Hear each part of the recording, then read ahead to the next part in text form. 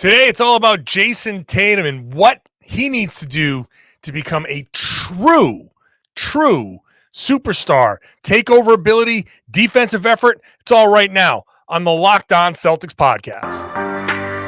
Be ever ready. Recognize the city of champs. Boston, baby, we do what you can't. Locked on number 18, Tatum and Brown, J-team, step back. We gon' wet that and slay teams. Of course, the Celtics, who else could it be? Screaming like KG with the Larry O.B.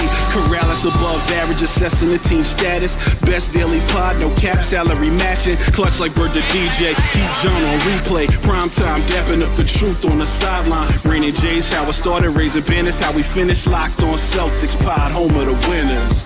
B.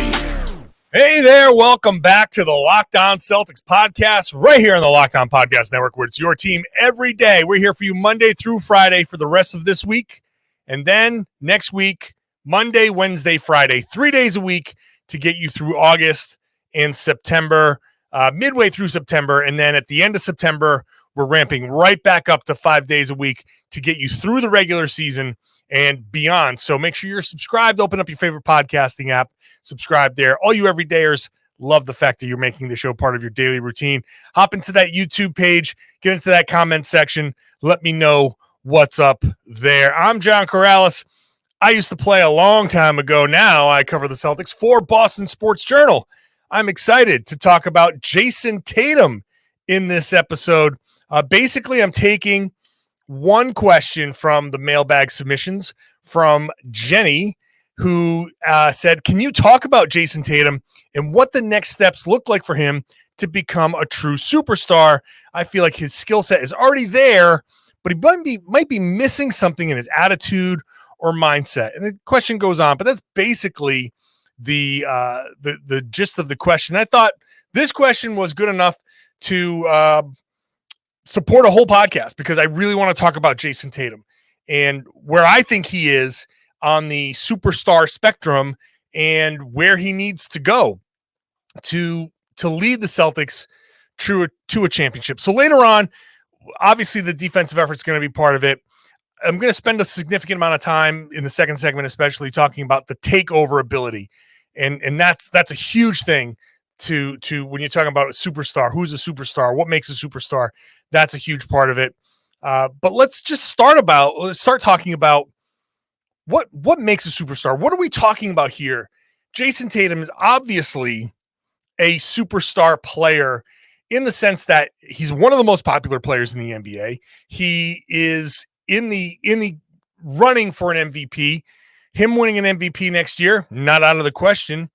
But what makes him go from fifth or fourth in the MVP race to one or two? And that's a big difference.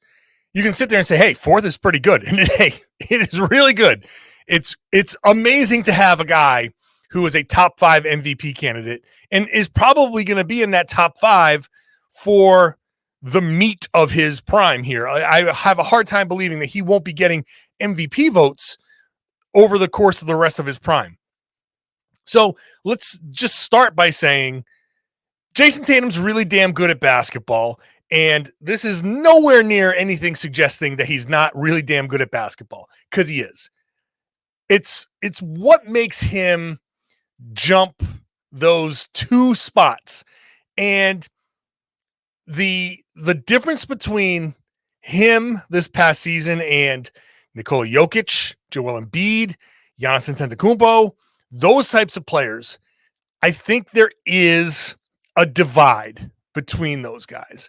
What makes a true superstar in the league, I think, is the ability to do something that no one can stop.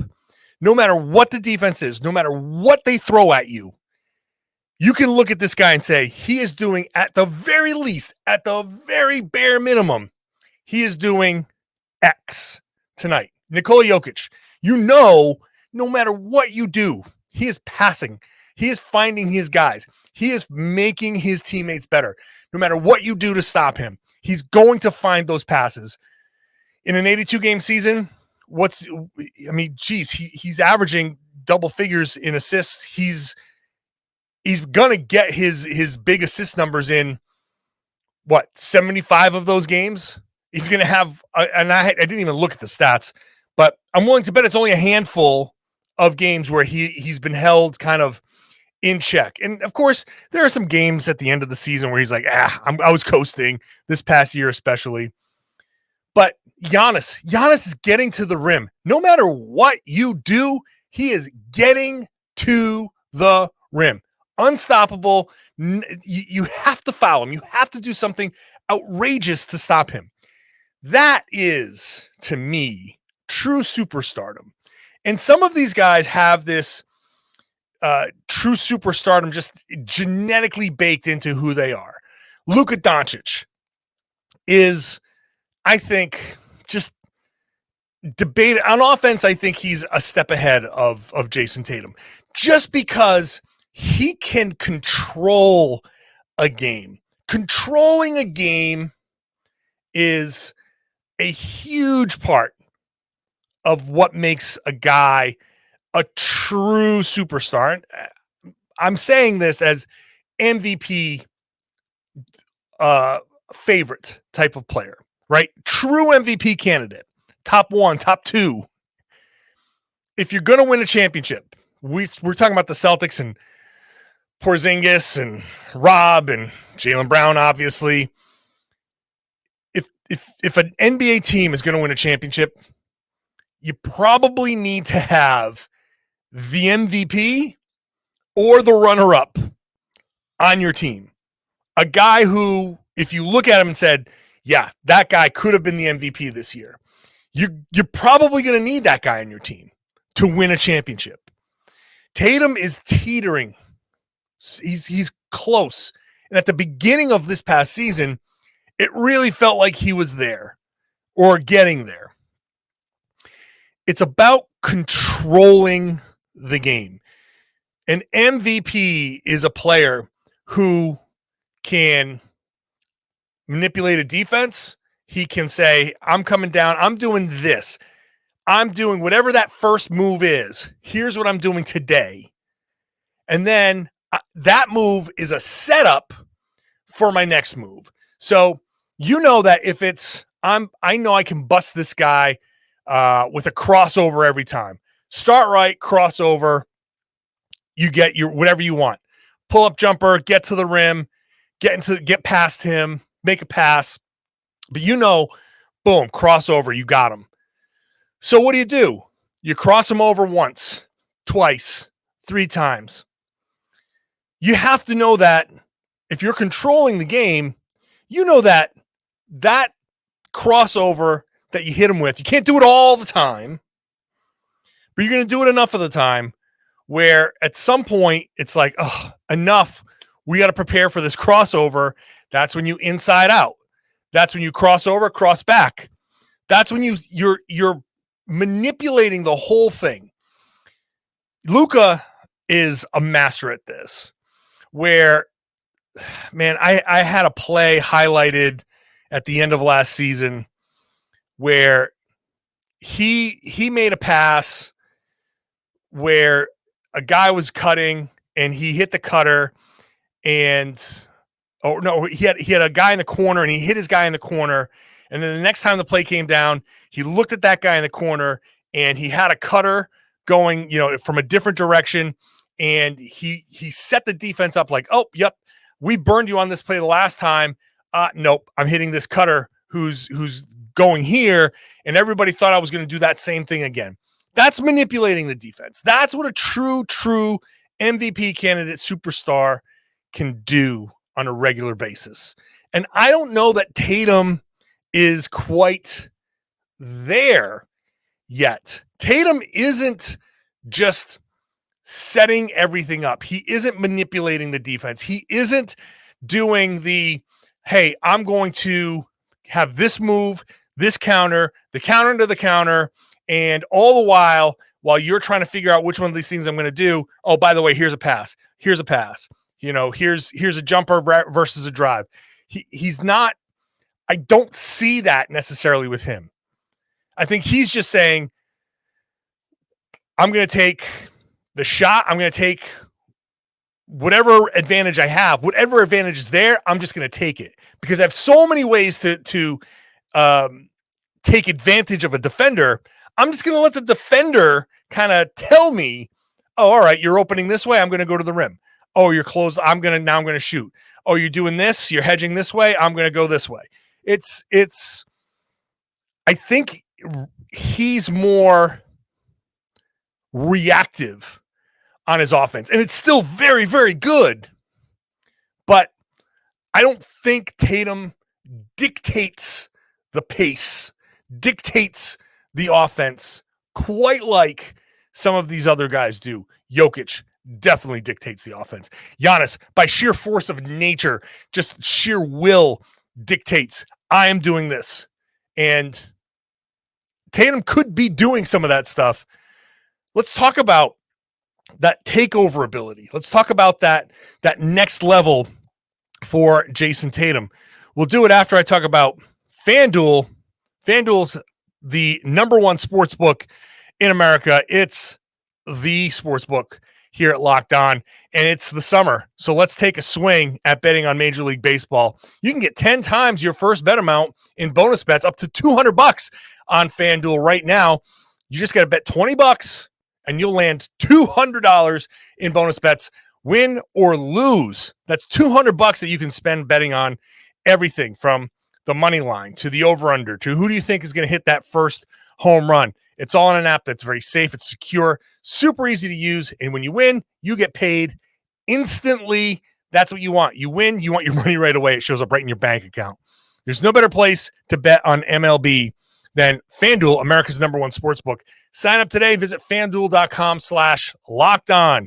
You see it right there on the YouTube screen. FanDuel.com/lockedon. You get up to $200 in bonus bets. FanDuel.com/lockedon. FanDuel is an official partner of Major League Baseball. Just ask you if you're going to bet, please watch it. Gamble responsibly. Thank you for making Locked On Celtics your first listen every day. Again, Monday through Friday this week. Monday, Wednesday, Friday. After that, coming out of that to get you through August, to get you through most of September. Then, as we get closer to Media Day, we're going to start doing previews and back to 5 days a week at the end of September. And then we're back. Like I'm talking about, we're getting into August 1st, and it's the dead period. There's literally nothing happening. We're still waiting for Jaylen Brown. Everything else is just kind of nothing is going on. And so until the but it will be quick. It'll be quick before by the time next thing you know, it's going to be September and we're back at it. I'm even looking at Twitter, which is now X or something, I guess. Nothing. No news. No nothing.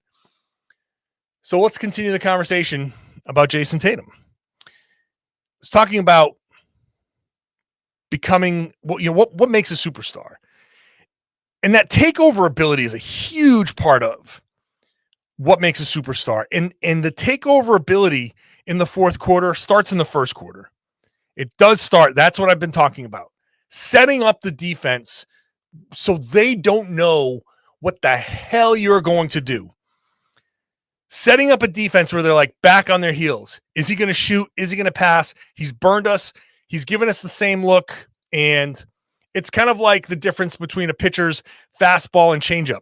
If you get everything right, if the arm slot's the same way, if the motion's the same, if everything's the exact same, and all of a sudden that 95-mile-an-hour fastball, nope, it's an 89-mile-an-hour changeup, and you're way ahead of it. That's what superstars do.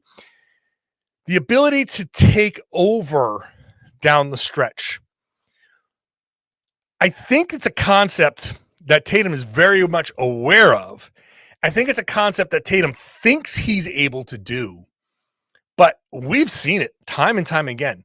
Now, he's had big scoring nights, right? He's had big game sevens. He's had big nights in elimination games. So, again, I understand, I know, I acknowledge he is an amazing basketball player, but how many fourth quarters, how many last 5-minute stretches is he going to have where he tries to do too much and he gets himself into trouble.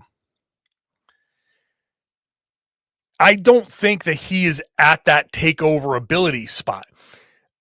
And I think one of the keys for Tatum to getting there is actually taking a step back. It might sound weird to say that, but it's my classic slow down to speed up kind of mentality. Tatum needs to just understand that teams are playing him. Jaylen Brown has the same thing.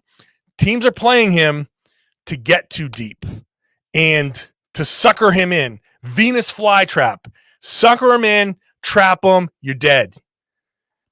So Tatum just needs to be, if he's going to be on the ball the way he's been, he needs to be not just willing to get off the ball sooner, then go do something to get the ball back. And the Celtics need to facilitate that with, back picks after he gives the ball up. Just set a pick so, Tatum can make a cut, give the ball up, make a cut, give and go. Tatum isn't doing a lot of that stuff. It's that next level where he has the build, right? He's 6'9", 6'10", 6'11" soon. Like he's still growing. He's built his body into just an amazing prototype for a basketball player. He's built to play basketball. Big, broad shoulders, tiny little waist. He needs to sit there and spend a month with Paul Pierce and learn the classic Paul Pierce move of getting himself into the lane and then just finding his way past defenders. Tatum's best skill was just maneuvering that big, wide, broad shoulders, that the big shoulders that he had, and maneuvering so he could find his way. Once you get past the front shoulder of your defender, just widening himself back out. So all of a sudden, the guy that was with him side to side just kind of ended up behind him. And that just gets a guy in your back. That's how you get fouled without just hunting for foul and doing that James Harden, bring the ball low and bring the ball up. That type of play is something that Tatum can use. He's built his body way out to be able to use those shoulders in that way would be very, very effective. To manipulate the defense and put him on a string where he can say, I know when I do this, drive left or get into the post, I know a defense is going to react this way, so I have option A, B, C. That's how you develop a takeover mode.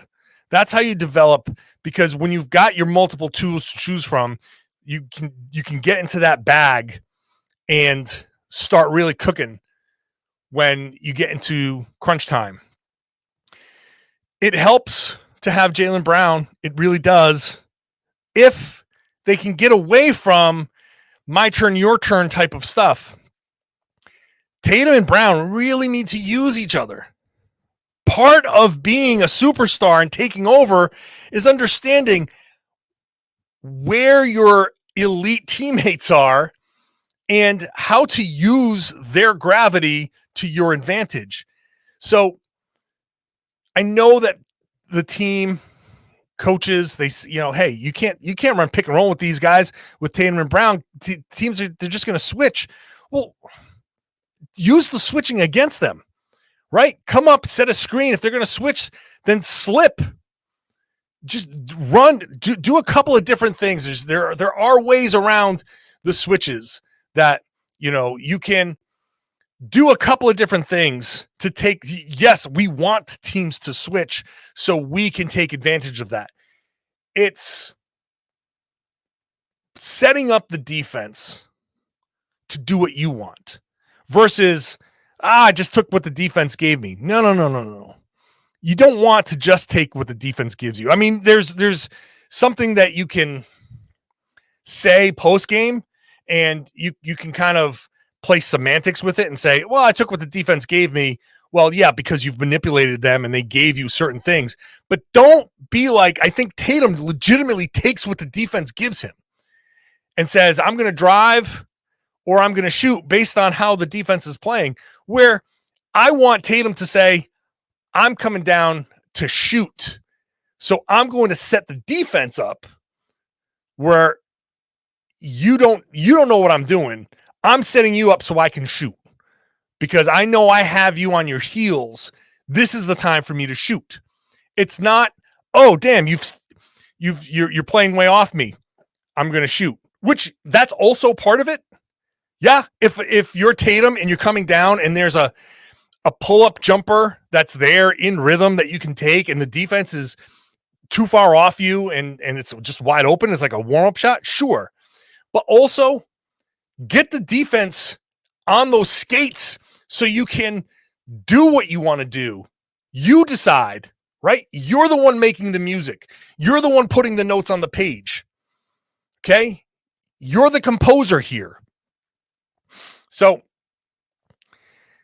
Tatum having that ability, that takeover ability, is part of what gets him to that next level, that makes him that true MVP candidate that can push the Celtics into the finals, into a championship. I'll continue this. We'll get into why the defense also matters in just a second. Thank you for making Locked On Celtics your first listen every day. I want to invite you to check out the Locked On NBA podcast, which I host on Wednesdays with Jake Madison. We're going Monday through Friday, all off season long. So we're going to have some fun conversations there. Check out the Locked On NBA podcast. If you want to hear me talk about the rest of the league, join me on Wednesdays, but it's a bunch of great hosts all week long. So check that out. Tatum as the takeover guy has to start playing with a mentality of the takeover guy and not, hey, I'm an MVP candidate, I got to take over. He has to be dominant in his head before he can truly dominate on the court in the last 5 minutes to take that next leap from 4th or 5th place MVP guy to 1st or 2nd place MVP guy. And when I say that, it's stop with the 1 foot gliding past the rim thing. It's just a constant with him. It's a constant. It's a habit that he's built over a long time. It's something that he's done for a long, long time. Stop doing that. Stop doing that because it never really works. It does not highlight any of the fouls that you're getting. Again, I've said this a million times on the podcast, but I'll repeat it again. When Tatum is going from right to left and trying to glide and reach that big long arm past the defenders and slide it in, okay, what's happening? What's happening on a play like that? Your momentum is going at a 45-degree angle past the rim. Your body is angled past, diagonally as you're going past the rim. Where are you getting fouled? From behind? That arm is way out there. You've gotten the arm past all the defenders. So maybe occasionally you get slapped on the arm. Maybe sometimes they miss the call, sure. But at that point, a lot of the fouls are on the body, getting hit on the body, getting hit. But you're already going in that direction. You're already gliding in that direction. When you get hit, your body just keeps moving in that same direction. It's tough in that pile of bodies for a ref to see that. Contrast that with, I'm going up off 2 feet. I get into the middle of the lane. I plant myself. Boom, boom. 1, 2. 2 foot leap is much more powerful than the 1 foot glide. And there are 1 foot jumpers and 2 foot jumpers. I happen to be a 2 foot jumper. That's where I really like my vertical leap off of 1 foot was crap. My vertical leap off of 2 feet was great. I have, friends that I played with that are 1 foot jumpers They're just more comfortable doing that way. But you got to play when you're Tatum and you're getting into the lane like that. You got to play off 2 feet. You got to be able to, and it's more control. Get in there, 1, 2, and then rise up. And then when you go get hit, you're going towards the rim, right? If you get hit and it knocks you off the path towards the rim, right? That's if you're going straight up. If you get hit, you either get pushed in one direction towards the rim, to the left, to the right. But that's more noticeable to the refs. You plant, boom, boom, go up, and you get hit and your body jostles. That looks like a foul. That's how you get the calls without having to hunt for them. But you can also play off of those 2 feet. You can plant and then fake, and then you can make a move. You just are in full control of your body playing off of 2 feet when you get into the middle of the paint. It's not always going to be 2 feet, right? It's sometimes none of what I say is just absolutes. But Tatum acknowledges this. When Tatum plays off 2 feet, that's the dominant guy because it's in his head. Okay, power moves, plant, boom, boom, plant.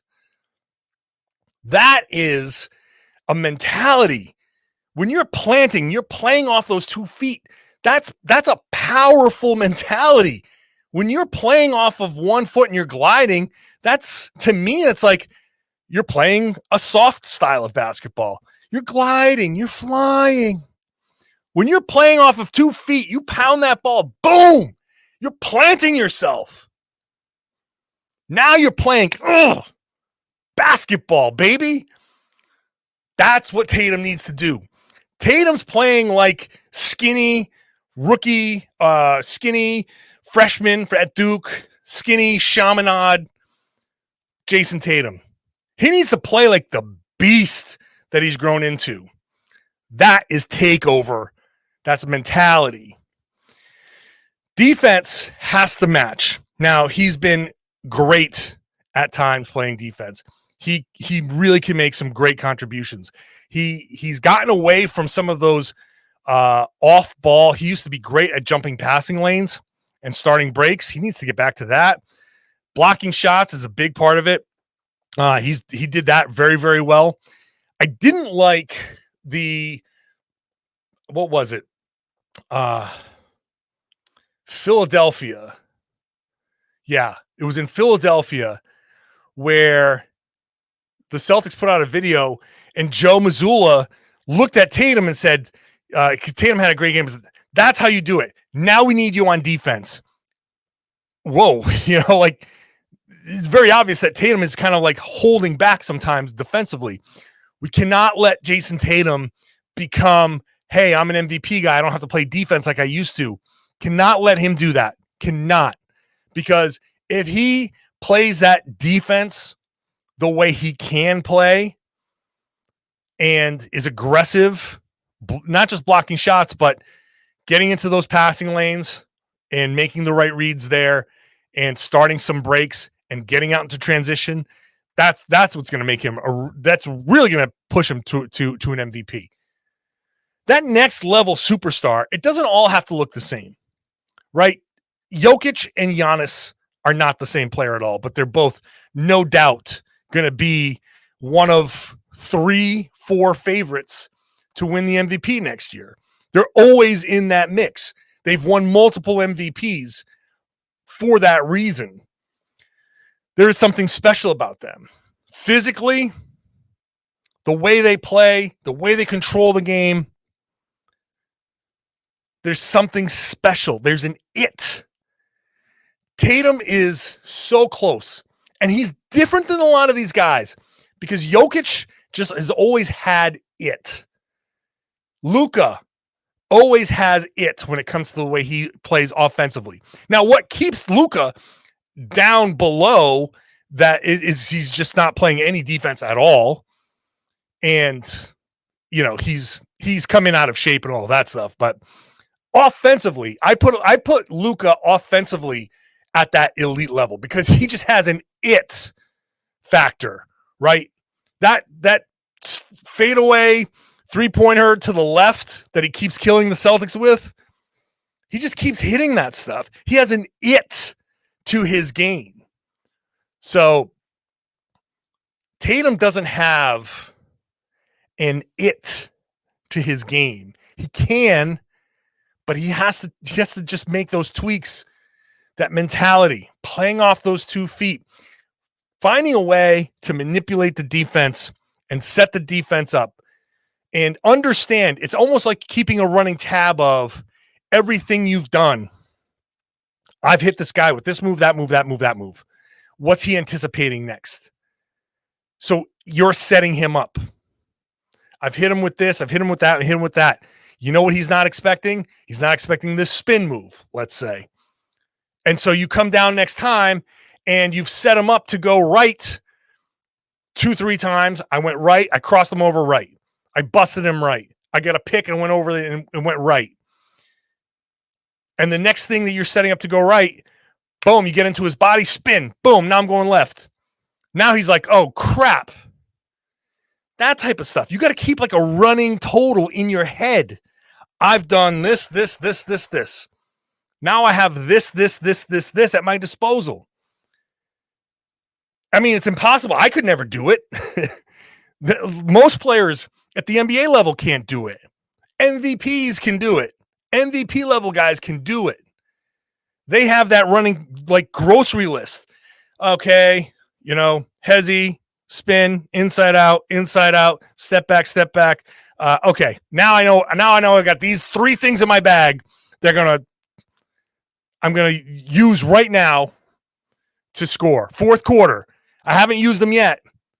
Fourth quarter, I've used 75% of my bag. That last 25%, fourth quarter, because I know that they're expecting that 75%. Boom, fourth quarter comes around, bam, bam, bam. Oh my God, I didn't expect that. He's been doing this the whole game. Now he's doing this. Score, foul.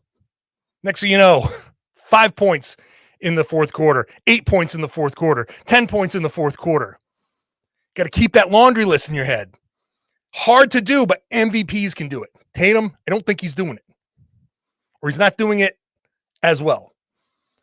Those things get him to that next level. He's capable of doing it. But like I was saying, he kind of is growing into an MVP level player differently than most MVPs. Most MVPs come into the league and you're like, that dude is going to be an MVP. LeBron walks into the league and you're like, yeah, that dude's going to be an MVP. Wembanyama, you look at and say, he has the potential to be an MVP quickly, right? You can kind of see a special thing. Luka, I feel like, is going to be an MVP. Jokic had it, has it. Giannis has it. Harden had it. Like those guys, Steph has it. Tatum is doing a little something different. So he can grow into it. He's there. He just needs to take that next couple of steps. So that's my take on Tatum. It's interesting to watch him grow. It's interesting to see him grow into who he is and who he's going to be, and to realize that he hasn't even hit his prime yet. But again, I say all of this stuff with the baseline of he's a really damn good player, and he's a top 5 player in the league. He's a first-team All-NBA guy, no doubt. And this is not to cut down Tatum at all, but it's an acknowledgement that he has a lot of things that he can do. Like, of all the things that Tatum has done, as good as Jayson Tatum is, as great as he has been, and trust me, if there are any people who are jumping into the YouTube comments and saying like, oh, you're hating on Tatum and all that stuff, he does, he's done all this stuff, blah, blah, blah, blah. Yeah, you're probably right. All the stuff that he's done, it's all amazing stuff. I'm not saying he shouldn't have been first team All-NBA. He should. He should be fourth in MVP voting. He should be all that stuff. Like that's all great. Now he should he should be a number 1 or number 2 on the MVP list. He should be that next level. Like, I look at that guy. If I didn't think that he could do anything else, this would have just been a regular question on a regular mailbag. I would have said, nope, this is what you're going to get with Tatum. But it's not. I'll criticize Tatum because I think that he's capable of a lot more. And he's growing into that next level. He's hitting his prime. So I think the next 3-4 years could be this next level of Tatum. It's exciting to look at, to think of all the stuff that he's done, and to think that he's probably reached 75% of his ceiling. Like, there's still 25 to 30% of better Tatum that's out there. Think about that. That's what I think anyway. I think that Tatum has only reached about 70% of what he's capable of doing. He's going to have a long career. He's going to be a Hall of Famer. He's got to get to that next level. I think he's capable of getting to that next level. Thanks, everybody. Thanks to Jenny for the question. Very, very good question and very helpful question for me as I get through this offseason. Going to finish off this week. Again, this is the Tuesday podcast, so Wednesday, Thursday, Friday podcast coming up. I would hope that Jaylen Brown's contract gets done pretty soon, and we can talk about that this week. But I'll always do your mailbag Mondays throughout the offseason. So get those questions into johnkaralis.com/mailbag, johnkaralis.com/mailbag to get those questions in. Thanks, everybody, for listening. If you're a new listener, you've gotten to this point, I hope you're going to subscribe. Open up your favorite podcasting app, subscribe. If you are an everydayer, a Monday through Friday trooper, thank you for making the show part of your daily routine. Hop into that YouTube comment section. Let me know what you think. Tell me what steps you think Tatum needs. Tell me if I'm right or if I'm wrong. I would also love it if you share the podcast. Tell your friends, tell your family, tell everybody that they should be listening to and watching the Locked On Celtics podcast right here on the Locked On Podcast Network, your team every day.